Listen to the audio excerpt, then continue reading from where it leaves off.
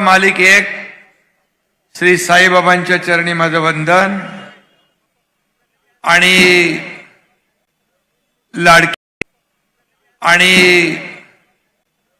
लाडक्या बहिणींचं मनापासून स्वागत।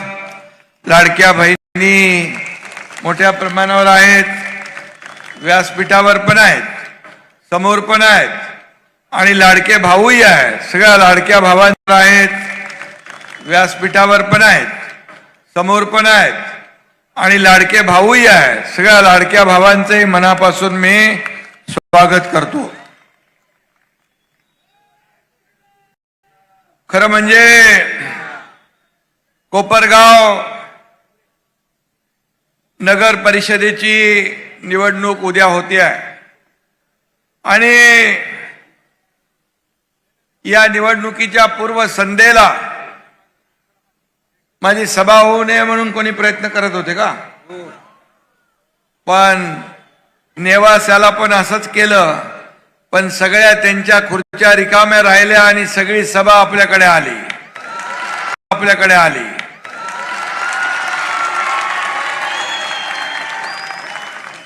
आता लाडक्या बहिणींना तुम्ही फसवू शकत नाही, त्यांचा लाडका भाऊ त्यांच्या समोर उभा आहे आणि म्हणून या लाडक्या बहिणींसाठी मी मुख्यमंत्री असताना मुख्यमंत्री माझी लाडकी बहीण योजना सुरू केली। अनेक लोकांनी त्याला विरोध केला, अनेक लोक कोर्टात गेले, अनेक लोकांनी त्याच्यात खोडा घातला, पण माझ्या लाडक्या बहिणींनी त्यांना चांगला जोडा दाखवला आणि त्यांना घरी बसवला। लाडकी बहीण योजना, लेक लाडकी लखपती योजना, एसटी मध्ये 50% सवलत देण्याचा निर्णय, माझ्या मुलींना उच्च शिक्षण मोफत मिळालं पाहिजे त्यासाठी योजना, शेतकरी सन्मान योजना, त्याचबरोबर पीक विमा योजना, ज्येष्ठांसाठी वयोश्री योजना, युवकांसाठी मुख्यमंत्री युवा प्रशिक्षण योजना। त्याच्यामध्ये थोडी अडचण आहे, ती देखील आपण दूर केल्याशिवाय राहणार नाही आणि युवकांची देखील योजना सुरू राहील। या सर्व योजनांमध्ये माझी लाडकी योजना कुठली असेल तर मुख्यमंत्री माझी लाडकी बहीण योजना। ओवाळणी दर महिन्याला मिळते ना, आणि म्हणून कोणी माईकाला आला तरी लाडकी बहीण योजना कधीही बंद होणार नाही। उलट 1500 रुपये पत्रकार विचारतात, 2100 कधी देणार? मी त्यांना सांगितलं योग्य वेळी देणार, देणार म्हणजे देणार। आणि फक्त या योजनेवर थांबणार नाही, माझ्या लाडक्या बहिणींना स्वतःच्या पायावर उभा करणार। अनेक माझ्या लाडक्या बहिणी एकत्र येऊन छोटा मोठा व्यवसाय करू लागल्यात, त्यांना लाडकी बहीण योजनेतून अनेक लोकांनी त्याच्यात खोडा घातला, पण माझ्या लाडक्या बहिणींनी त्यांना चांगला जोडा दाखवला आणि त्यांना घरी बसवला। लाडकी बहीण योजना, लेक लाडकी लखपती योजना, एसटी मध्ये 50% सवलत देण्याचा निर्णय, माझ्या मुलींना उच्च शिक्षण मोफत मिळालं पाहिजे त्यासाठी योजना, शेतकरी सन्मान योजना, त्याचबरोबर पीक विमा योजना, ज्येष्ठांसाठी वयोश्री योजना, युवकांसाठी मुख्यमंत्री युवा प्रशिक्षण योजना। त्याच्यामध्ये थोडी अडचण आहे, ती देखील आपण दूर केल्याशिवाय राहणार नाही आणि युवकांची देखील योजना सुरू राहील। या सर्व योजनांमध्ये माझी लाडकी योजना कुठली असेल तर मुख्यमंत्री माझी लाडकी बहीण योजना। ओवाळणी दर महिन्याला मिळते ना, आणि म्हणून कोणी माईकाला आला तरी लाडकी बहीण योजना कधीही बंद होणार नाही। उलट 1500 रुपये पत्रकार विचारतात, 2100 कधी देणार? मी त्यांना सांगितलं योग्य वेळी देणार, देणार म्हणजे देणार। आणि फक्त या योजनेवर थांबणार नाही, माझ्या लाडक्या बहिणींना स्वतःच्या पायावर उभं करणार. अनेक माझ्या लाडक्या बहिणी एकत्र येऊन छोटा मोठा व्यवसाय करू लागल्यात. त्यांना लाडकी बहीण योजनेतून लाडकी बहीण लखपती बनवल्याशिवाय आम्ही राहणार नाही, हा शब्द मी या ठिकाणी देतो. आणि म्हणून बघा, आपले राजेंद्र जावरे या ठिकाणी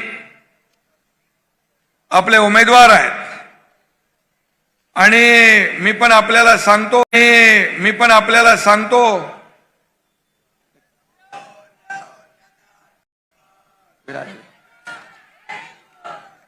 मला वाटतं या रिक्षा युनियनचं उद्घाटन आनंद दिघे साहेबांनी केलं होतं. आनंद दिघे साहेबांनी या रिक्षा युनियनचं उद्घाटन केलं, याचा मला आनंद आहे. राजाभाऊने रिक्षा चालक म्हणून काम केलं, युनियनचा अध्यक्ष बघितलं, रिक्षावाल्यांची संघटना वाढवली, पतसंस्था स्थापन केली. रिक्षा चालवणाऱ्याला कोणी कमी लेखू नका. रिक्षावाल्याला ज्याने हलक्यात घेतलं त्यांना आसमान दाखवलंय. त्यामुळे जर मी मुख्यमंत्री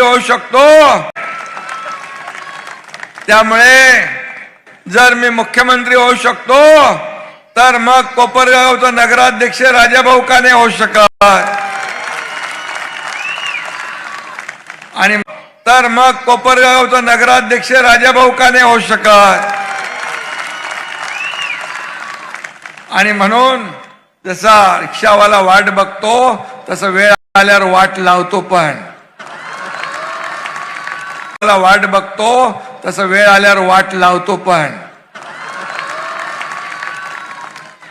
आणि म्हणून बिंदास लढा राजाभाऊ, तुमच्या पाठीशी हा तुमचा भाऊ एकनाथ शिंदे. आणि म्हणून बिंदास लढा राजाभाऊ, तुमच्या पाठीशी हा तुमचा भाऊ एकनाथ शिंदे खंबीरपणे उभा. आणि म्हणून मी आपल्याला एवढंच सांगतो की हो, तुमच्या पाठीशी हा तुमचा भाऊ एकनाथ शिंदे खंबीरपणे उभा. आणि म्हणून मी आपल्याला एवढंच सांगतो की या लाडक्या बहिणींना, आणि म्हणून मी आपल्याला एवढंच सांगतो की या लाडक्या बहिणींना योजना देत असताना माझ्या मनामध्ये पूर्वीचे दिवस होते. मी देखील एका शेतकऱ्याच्या कुटुंबातून जन्माला आलोय. एक सर्वसामान्य कुटुंबात माझा जन्म झाला. मी त्यावेळची परिस्थिती की या लाडक्या बहिणींना योजना देत असताना माझ्या मनामध्ये पूर्वीचे दिवस होते. मी देखील एका शेतकऱ्याच्या कुटुंबातून जन्माला आलोय. एक सर्वसामान्य कुटुंबात माझा जन्म झाला. मी त्यावेळची परिस्थिती पाहिली आहे. माझ्या आईची, माझ्या पत्नीची काटकसर पाहिली आहे. महिना कसा भागवायचा, कशी काटकसर करायची हे मी डोळ्यांनी पाहिलंय. आणि मी जेव्हा मुख्यमंत्री झालो तेव्हा ठरवलं की माझ्या लाडक्या बहिणींसाठी, मातांसाठी काहीतरी निर्णय घ्यायचा. आणि त्यातून लाडक्या बहीण योजनेचा जन्म झाला. आता कोणीही ती योजना बंद करू शकत नाही. आणि म्हणून शेवटी एका शेतकरी कुटुंबातला मुलगा या राज्याचा मुख्यमंत्री होतोय. अनेक लोकांना पचनी पडलं नाही, अनेक लोकांना हजम झालं नाही. रोज मी मुख्यमंत्री असताना 2.5 वर्ष शिव्या, शाप, टीका, टिप्पणी, बसता उठता एकनाथ शिंदे, झोपताना एकनाथ शिंदे, स्वप्नात सुद्धा एकनाथ शिंदे, आरोप. पण एकनाथ शिंदेने त्या आरोपाने उत्तर दिलं नाही, कामातून उत्तर दिलं. टीकेला टीकेने उत्तर नाही तर कामातून उत्तर दिलं. म्हणून 2.5 वर्षामध्ये एवढं काम केलं, लोकाभिमुख कल्याणकारी योजना केल्या, विकासाला चालना दिली, महाराष्ट्र सर्व क्षेत्रामध्ये पुढे नेला. आणि म्हणून मला त्याचा आनंद आहे, अभिमान आहे की आपल्याला मी सांगतो अनेक योजना आम्ही केल्या. शासन आपल्या दारी योजना केली का? पूर्वी योजना नव्हत्या, होत्या. किंवा लाभार्थी नव्हते, होते. लाभ नव्हते, होते.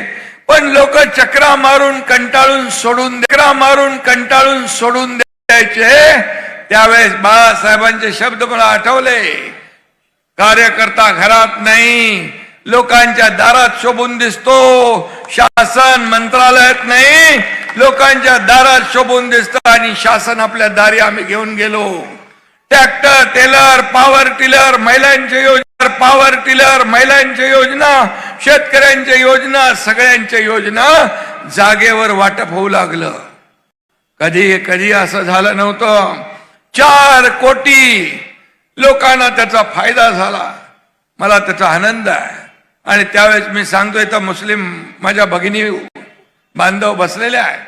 एक मुलगी कोल्हापूरच्या व्यासपीठावर आली आणि उभी राहिली.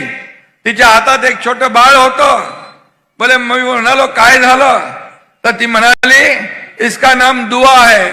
मम्मी बोला काय झालं? ती हिंदीतच बोलत होती. इसका नाम दुआ है. मला क्या हुआ? बोले आपने मुख्यमंत्री सहायता निधि में से इसको 3 लाख रुपए दिए, इसके ऑपरेशन हो गए, इसकी जान बच गई, इसलिए मैंने इसका नाम दुआ रख दिया है. 2.5 वर्षात 450 कोटी रुपये मुख्यमंत्री सहायता निधीतून तुमच्या लाडक्या भावाने वाटले. सर्वसामान्य 60 ते 70 हजार रुग्णांचे प्राण वाचले. माझ्या अगोदरच्या काळातल्या सरकारच्या प्रमुखांनी 2.5 वर्षात 3 कोटी रुपयांतून भरत होतो. 50% फी पालकांनी भरायची होती. तिला वाटलं आता माझे पालक पैसे भरू शकत नाहीत, वडील आत्महत्या करतील, म्हणून तिने स्वतःच आत्महत्या केली. एक दुर्दैवी घटना घडली.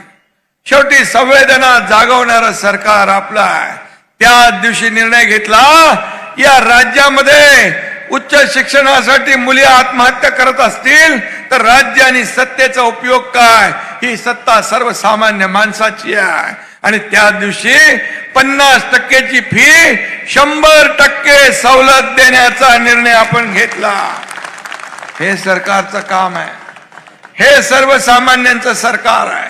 हे माझ्या लाडक्या बहिणींचं सरकार, हे माझ्या लाडक्या भावांचं, या लाडक्या शेतकऱ्यांचं, लाडक्या ज्येष्ठांचं सरकार.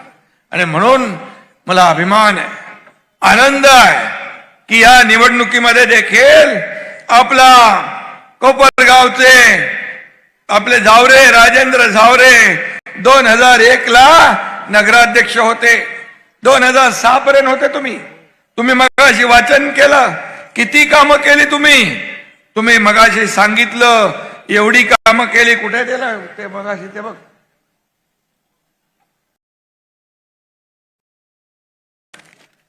मी बघत होतो नगराध्यक्ष पदाच्या कारकिर्दीमधले ऐतिहासिक कामं. शिवाजी महाराजांचा पूर्ण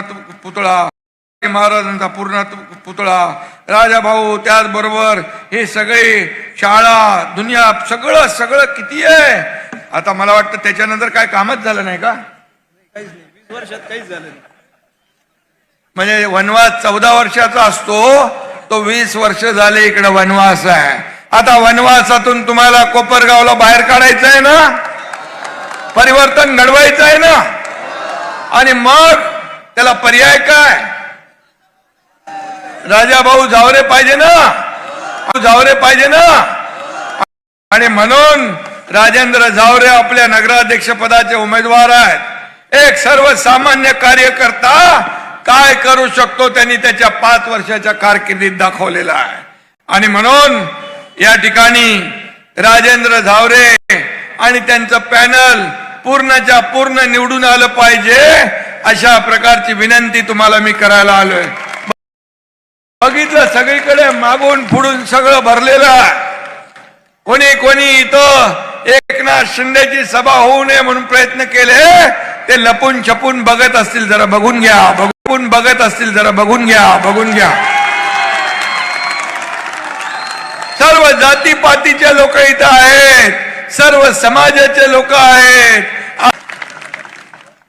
आणि राजेंद्र झावरे पाटील आणि त्यांची टीम या ठिकाणी बहुमताने निवडून आल्याशिवाय राहणार नाही, असा विश्वास या ठिकाणी व्यक्त मी करतो.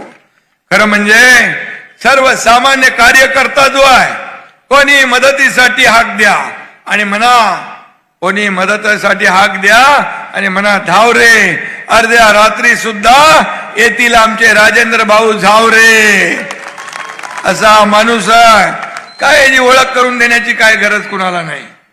आणि म्हणून अस्सल कार्यकर्ता आहे, माणसाला कुठल्याही पदाची हाव नाही, साधा माणूस आहे. आणि म्हणून अशाच व्यक्तीला आपण निवडून द्यायचं आहे.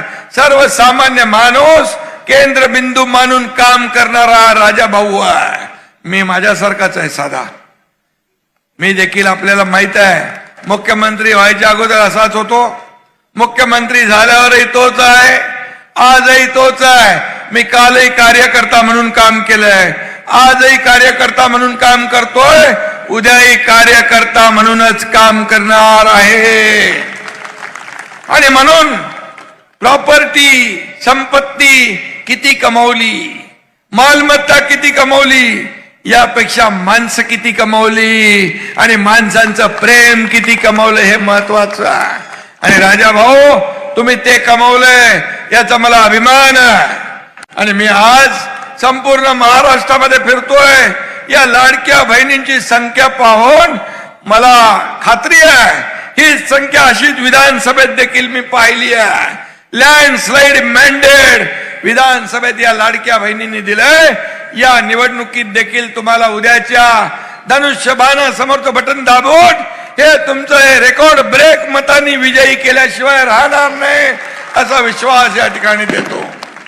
आणि म्हणून मी आपल्याला एवढंच सांगतो, तुम्ही काय काय केलंय.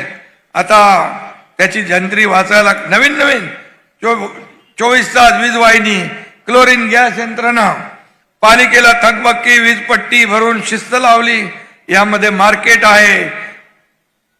मगाशी मी सगळं सांगितलेलं आहे. त्यामुळे आता तुम्हाला काय काय पाहिजे ते सांगा.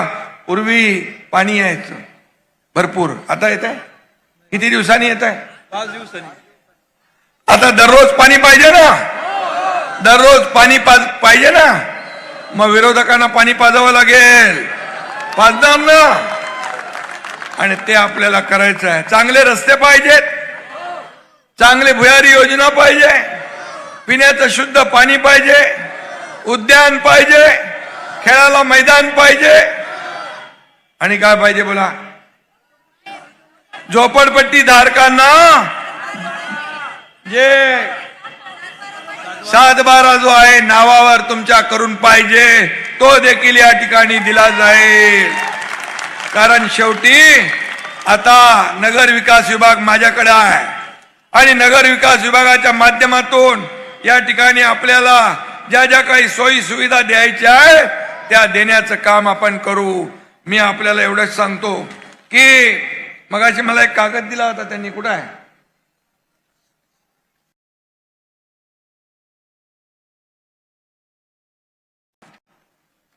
नांदूर मधमेश्वर ते कोपरगाव पिण्याच्या पाण्यासाठी जे बंदिस्त पाईपलाईन पाहिजे ना, ते देण्याचं काम आपण करू. त्याचबरोबर स्वच्छ शुद्ध पाणी, त्याचबरोबर नगर परिषद हद्दीतील नगर विकास विभागाच्या मंत्रालयाच्या अंतर्गत येणारी बांधकामं जी आहेत ती देखील तात्काळ त्याला नियमित करण्यात येतील, हे देखील आपल्याला सांगतो. आणि त्याचबरोबर 15 वर्षापासून 1400 टपरीधारक व्यावसायिक विस्थापित झाले, त्यांना पण न्याय द्यायचा आहे. त्यांना देखील न्याय देण्याचं काम नगर विकास खात्याच्या माध्यमातून केलं जाईल. आणि त्याचबरोबर गाळ्यांचं जे काही गाळ्या बांधायचं काय बाकी आहे का?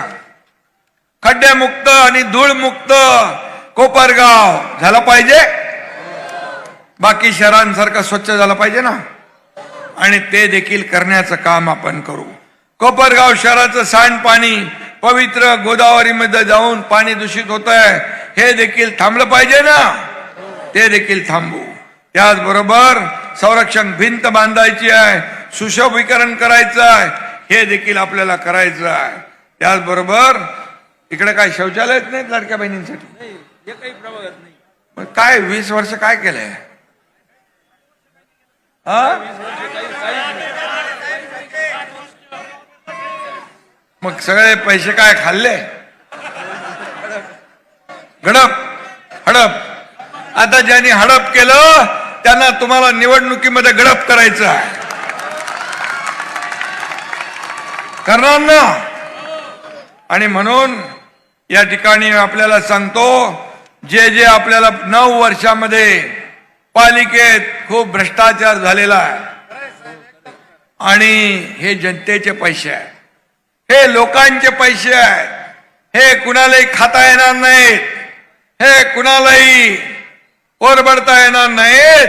त्याची देखील चौकशी होईल नगर विकास विभागाच्या माध्यमातून, हे देखील मी या ठिकाणी सांगू इच्छितो. आणि म्हणून मी आपल्याला एवढंच सांगतो की आपण छत्रपती शिवाजी महाराज, छत्रपती संभाजी महाराज, भारतरत्न डॉक्टर बाबासाहेब आंबेडकर, लोकशाहीर अण्णाभाऊ साठे यांचे भव्य पुतळे उभारले. कोणी उभारले? राजा भाऊंनी उभारले. असा राजा भाऊ बघा, या ठिकाणी महापुरुषांचे पुतळे उभारले. गरीब विस्थापित टपरीधारक मुस्लिम बांधवांना यांनी न्याय दिला. जात पात धर्म काय पाहिला नाही, घरात बसून नाही, फील्डवर उतरून काम करणारा राजा भाऊ आहे. म्हणून एवढे लोक जमा झालेले आहे. आणि म्हणून हा लढणारा आहे, रडणारा नाही. हा बाळासाहेबांचा लढवय्या शिवसैनिक आहे, धर्मवीर आनंदीगे साहेबांचा लढवय्या कार्यकर्ता आहे. आणि म्हणून त्याच्यासाठी हा एकनाथ शिंदे इथं आलेला आहे तुम्हाला विनंती करायला की या ठिकाणी आपल्याला त्यांना मदत करायची आहे. कोपरगावच्या पाणी पुरवठ्यासाठी 131 कोटी रुपये आपण दिले. इथल्या ड्रेनेज लाईन साठी 280 कोटी रुपये आपण मंजूर केले. लोखंडे बरोबर आहे ना?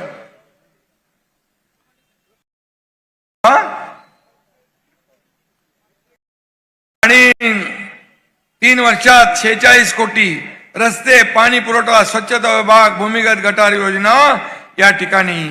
पण मी आपल्याला सांगतो, आज एवढं सगळं करून पूर्वी पाणी मिळायचं, पण आता पाणी मिळत नाही. आणि म्हणून आता या सर्व लोकांना नियमित पाणी मिळालं पाहिजे, ही आपली जबाबदारी आहे राजाभाऊ. आणि म्हणून इथं राजाभाऊ सर्वसामान्य लोकांना 24 तास सेवा देणारा नगराध्यक्ष पाहिजे. तो निर्व्यसनी असला पाहिजे.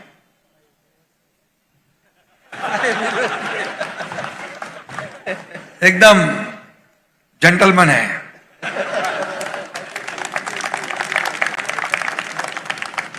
आणि म्हणून काही लोकांना वाटलं निवडणुकीची तारीख पुढे गेली तरी सुद्धा शिवसेनेचा विजय अगोदरपेक्षा जास्तीच्या मतांनी झाल्याशिवाय राहणार नाही. कारण कोपरगावच्या विकासाचा पंचप्राण लाडक्या शिवसेनेचा धनुष्यबाण आहे. हा धनुष्यबाण आहे. आणि म्हणून मी आपल्याला एकच सांगतो, विकासासाठी हवं कर्तृत्व, विकासासाठी हवं कर्तृत्व. आणि कोपरगावच्या नेतृत्वासाठी निवडून द्या आपला राजेंद्र, आपला राजेंद्र. आणि आज काल बकास होता, आता करू विकास, आणू योजनांचं केंद्र. त्यासाठी कोपरगाव मध्ये हवा फक्त आपला राजेंद्र, फक्त आपला राजेंद्र. आणि म्हणून मी आता जाता जाता एवढंच सांगतो की नाकर्त्यांना घरी पाठवू, नाकर्त्यांना पाठवू घरी, आणू विकासदारी. विरोधकांनी कितीही केली काव काव, पण भगव्याचेच होणार आपले कोपरगाव, होणार ना. आणि म्हणून तुम्हाला माझी विनंती आहे की उद्या सकाळी 7:30 वाजता आहे, 7:30 वाजता मतदान आहे. एवढ्या सर्व लोकांनी मतदान केलं तर मला वाटतं 15 उद्या मतदान 20 तारखेला आणि 21ला परवा फटाके विजयाचे फोडायला या ठिकाणी आपण सगळे जमूया. या कोपरगाववर शिवसेनेचा भगवा फडकवूया. या कोपरगाववर विकासाचा भगवा फडकवूया. धनुष्यबाणाला मत म्हणजे विकासाला मत आणि राजेंद्रला मत म्हणजे विकासाला मत. बाकी माझ्यावर सोडा. हा एकनाथ शिंदे दिलेला शब्द पाळतो. मी जेवढं बोललोय, तुम्ही सत्ता द्या, तुम्ही नगराध्यक्ष द्या, तुम्ही टीम निवडून द्या. एकनाथ शिंदे जे जे बोललाय ते दिल्याशिवाय राहणार नाही. हा शब्द मी आपल्याला देतो. आणि म्हणून मी असं कधी जे होणार तेच बोलतो, जे होणार नाही ते बोलत नाही. आणि म्हणून मला नेहमी बाळासाहेब सांगायचे, आनंद दिघे साहेब सांगायचे, शब्द देताना 10 वेळा विचार करा, 100 वेळा विचार करा, पण एकदा शब्द दिला की माघारी नाही. आणि म्हणून मी म्हणतो, एक तो मैं कमिटमेंट करता नहीं, लेकिन एक बार मैंने कमिटमेंट कर दी तो फिर मैं खुद की भी नहीं सुनता. धन्यवाद.